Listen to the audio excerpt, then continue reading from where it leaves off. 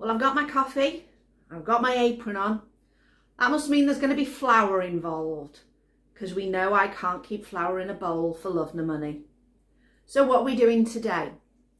Well, we're going to do some bread for the freezer. We're going to do some cornbread, skillet cornbread, really nice. It's Pioneer Woman's recipe.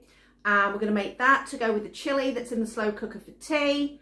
And because we're going to have the oven on and we've got quite a few tomatoes that I got in my little box, we're going to do some flavoured roasted tomatoes. So let's crack on. Coffee. Okay, now we'll crack on. So this is the bread recipe I use for my freezer bread.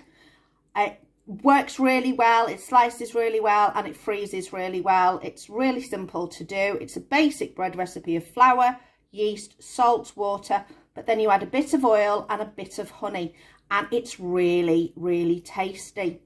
So we'll get on with making that.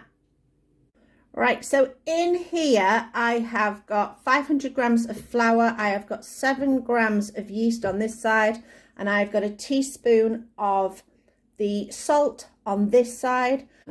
Then what we're going to do is to this jug of 300 mils of hand hot water, we're going to add 2 tablespoons of oil. This is just a neutral oil. So it's just a vegetable oil.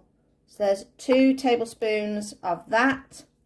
And then I always put the oil in first, because then when you go to add the honey, I will show you, we will have 1 tablespoon of honey. The honey then slides straight out of your spoon and into the jug.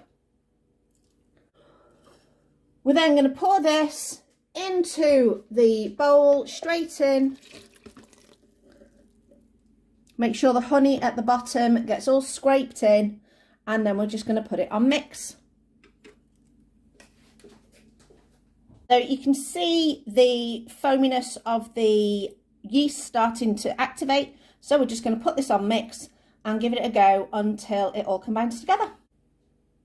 So we're going to turn it on until it all combines together. So this has been kneading now for about 6 minutes with the mixer. If you are doing it by hand, you will need to do it for quite a bit longer. And what you need to do after that is just bring it together. So it's still a little bit sticky, but that's absolutely fine.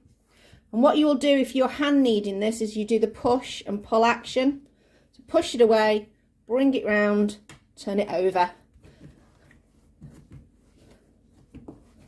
And what I want to do is just bring it together, cut it in half, and we're going to make it into 2 separate dough balls to go into our tins.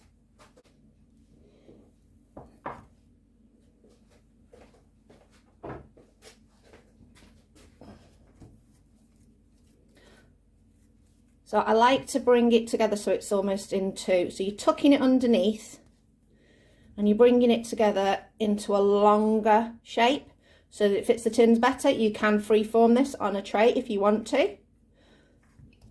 So there's that one. And again, tucking it under, making sure they're a similar sort of size. And those are going to prove in greased tins with just a layer of greased cling film over the top. I'll show you. So here's one in a greased tin. It's greased all around the sides, and I've got a little layer of cling wrap. Just, you can see the greasiness on it, just gently layered over the top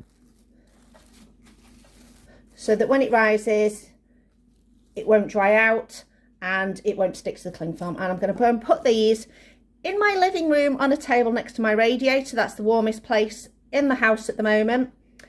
You choose where the best place is for you. Just pick a nice warm spot and leave these to prove probably for a good couple of hours. So we'll have a look back when they're done. Both the breads have been proved. This one's come out really great. But this one's got a bit lopsided, but I think it'll be okay. What I'll probably do is just kind of pull a little bit of bread down that end, and yeah, it'll be fine. It'll even up when it gets in the oven. Even if it is a bit lopsided, it's homemade. That's what it's about. So these are the tomatoes I got in my little box earlier this week, and I keep them in one of these little underdrawer containers in the fridge. These are really handy to use, but there's quite a few of them, and I've got another drawer that's got tomatoes in as well. So all I'm going to do with these, chop them in half and put them in a small dish ready to go in the oven. So we're all cut up on a tray. We're going to do a nice drizzle of olive oil, some extra virgin, and sprinkle some Italian herbs on the top. We'll also add a little pinch of some salt. I've got some Maldon sea salt here, which is lovely.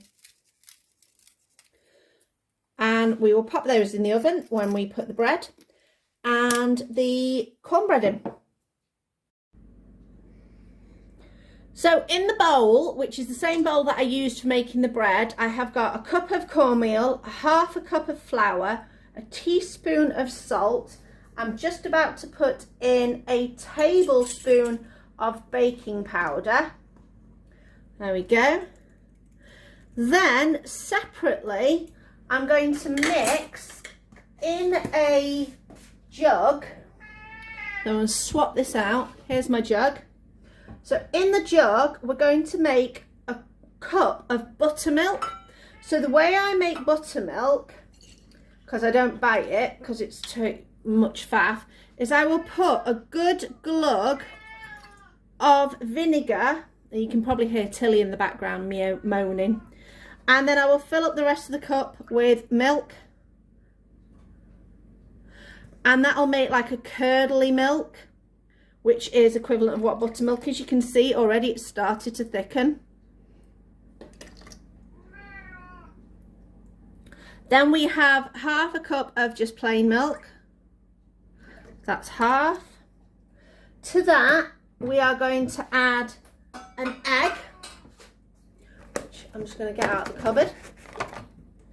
So we've got an egg in there as well. On top of that, we're going to add half a teaspoon of baking soda. So there's baking soda going in. And we are going to give that a good old mix.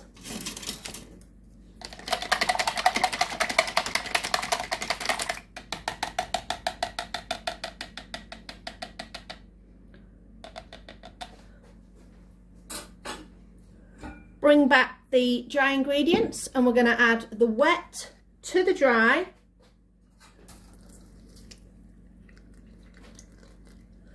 Mix that up till it's nice and combined.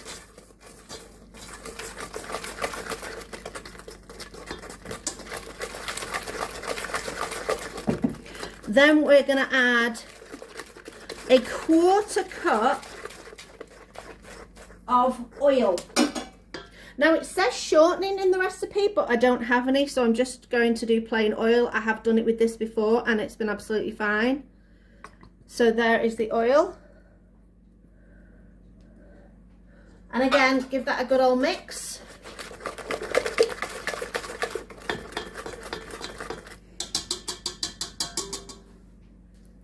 And that is your base recipe. What we're going to do next is we're going to do some oil in the skillet, heat it up, pour this in and heat it off. So in the pan we have got our 2 tablespoons of shortening or oil heating up, and now we're going to add our batter. And remember, we're just going to cook this for a minute. Don't forget to scrape your pan. Yeah, get all your goodies in there. Now just for a minute that goes. Lovely and bubbly. And so if you remember, we are putting in our skillet with our cornbread. Now it says 210 at fan 230C 450F, I'm going to go slightly lower. I found it's worked absolutely fine because obviously I've got the bread in there and I've also got my tomatoes prepped, ready to go in there. So all those things are going to go in the oven at the same time to save energy. The oven's done. These are all out. I took out the cornbread after about 25 minutes. The tomatoes took about 20 to 25 minutes. My oven's still playing up a little bit, so this is just the back edge of the oven, but actually I have tasted these tomatoes at this edge. Oh, dropped it. And you know what? They're really jammy. So nice. Nothing wrong with those at all. I'm going to pop these in a jar. They'll be absolutely delicious. And then our bread that I hadn't evenly worked is still really good. And sorry, I'm still chewing that jammy tomato. This other bread is absolutely great. Lovely. Going to leave those to cool. Yes, I've already had some. I couldn't help myself. While it's warm, it's really delicious. So, utilise your oven. Do more things at each time. Never just put one thing in your oven. Always do multiple. Yum. Start with a coffee. Finish with a coffee. So what did you think of that cornbread? It looks amazing. It tastes really, really good. And as I said, utilise that oven. Never put an oven on just for one thing. It's such a waste. Unless you're having emergency pizza after doing lots of shopping. Maybe that way you can get away with it. Because it's certainly going to be cheaper than going to a big pizza chain and buying one on takeout. We'll forgive you for that one. Hope you enjoyed this video. Please like, subscribe and hit that notification bell for when I pop the next video up. Enjoy. See you next time.